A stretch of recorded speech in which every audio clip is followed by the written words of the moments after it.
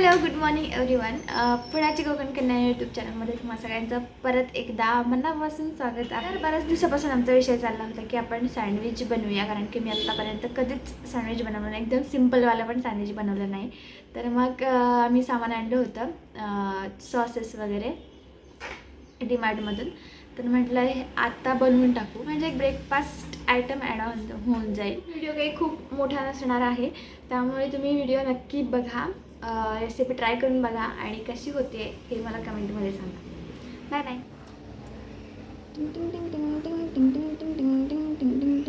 एवढंच होते. आम्ही बटाट्याच्या भाजीवाला सँडविच बनवणार होतो, त्यामुळे बटाटे वगैरे उकडून भाजी वगैरे बनवण्याची तयारी केली होती. आणि बाहेरून आणलेलं सामान मी एक अमूलचं बटर, ब्रेड, चीज, मेयोनीज आणि हे पिझ्झा टॉपिंग आणि केचप असं सगळं बाहेरून ज्या गोष्टी लागतात त्या घेऊन आलेले होते.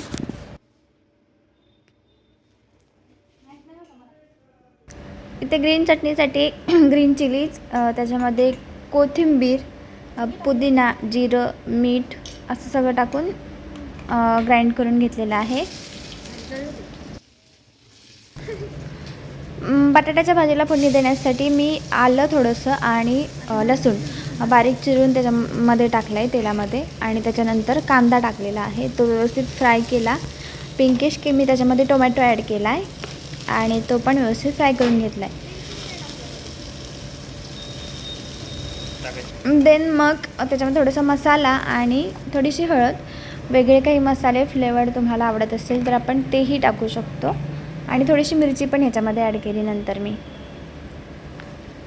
याला व्यवस्थित फ्राय केलं. मसाला व्यवस्थित फ्राय झाला की मग जो कुस्करलेला बटाटा आहे तो आपण ह्याच्यामध्ये टाकणार आहे, आणि वरून मीठ आणि कोथिंबीरसुद्धा. बटाट्याची भाजी आणि ग्रीन चटणी आपली रेडी झालेली होती. सो आपण आता सँडविच बनवायला स्टार्ट करू शकतो. मी एका साईडला ग्रीन चटणी लावलेली आहे जी व्यवस्थित नाही लागलेली आहे, आणि दुसऱ्या साईडला पिझ्झाचं टॉपिंग जे आहे ते लावलेलं आहे. ग्रीन चटणीच्या साईडला नंतर मेयोनीज लावलेला आहे. इथे क्वांटिटी माझ्याकडनं कमी पडलेली होती, फर्स्ट टाईमच बनवत होते त्यामुळे थोडी थोडी क्वांटिटी मी यूज केली होती, आणि नेक्स्ट टाईम ज्यावेळी बनवलं त्यावेळी जास्त क्वांटिटी यूज केली, जेणेकरून टेस्ट त्याची छान येईल. पिझ्झा टॉपिंगच्या साईडला मी बटाट्याची भाजी पण लावून घेतली. नंतर गुड अमाऊंट ऑफ भाजी इथे टाकायची, म्हणजे टेस्ट येते सँडविचला. देन मग ज्या काही भाज्या आपण चिरून घेतलेल्या आहे, काकडी, कांदा, टोमॅटो, हे सगळं इथे एका साईडला बटाट्याच्या साईडला टाकलं मी तिथे. आणि ह्याच्यामध्ये तुम्ही वेगळ्या भाज्या पण ॲड ऑन करू शकता, जसं की सिमला मिरची किंवा अजून काही गोष्टी असतील. आणि वरून मग रिक्वायर्ड आपल्याला जेवढं आवडतं तेवढं चीज किसून टाकायचं वरती, आणि देन मग त्याला क्लोज करायचं. तुम्ही ज्यावरती कोथिंबीर टाकायचं असेल, चिली फ्लेक्स टाकायचे असतील, ऑरेगेनो वगैरे काही पुट करायचं असेल त्याच्यावर, तेही चांगलंच आहे. ब्रेडच्या दोन्ही साईडला बटर लावलं आहे मी, आणि इथे शेकून घेते, भाजून घेते. खरपूस थोडंसं भाजलं की टेस्टला छान लागतं, क्रंची पण लागतं.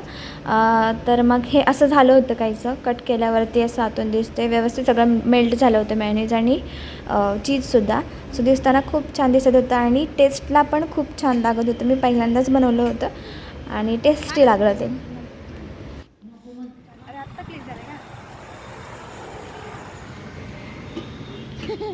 किती कठीण काम सोड ना.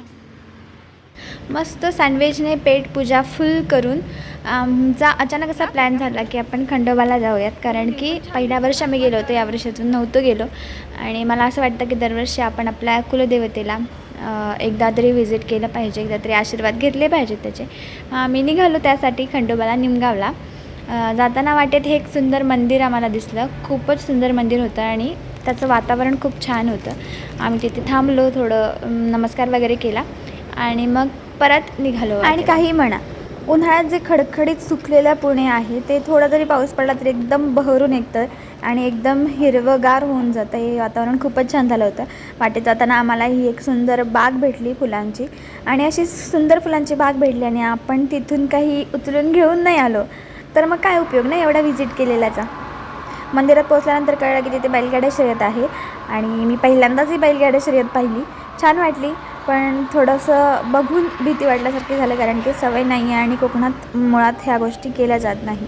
मंदिरात पोचल्या तिथून वर चढताना सगळ्या आठवणी जाग्या झाल्या, कारण की लग्नानंतर पहिल्यांदाच आम्ही गेलो होतो आणि लग्नाच्या त्यावेळेच्या सगळ्या आठवणी जाग्या झाल्यात, जे पायऱ्यांवरनं उचलून वगैरे घेऊन जाण्या या गोष्टी. मंदिरात गेल्यानंतर असं अचानकच वारं वगैरे सुरू झालं होतं, खूप एकदम वातावरण खूप ढगाळ वगैरे झालं होतं.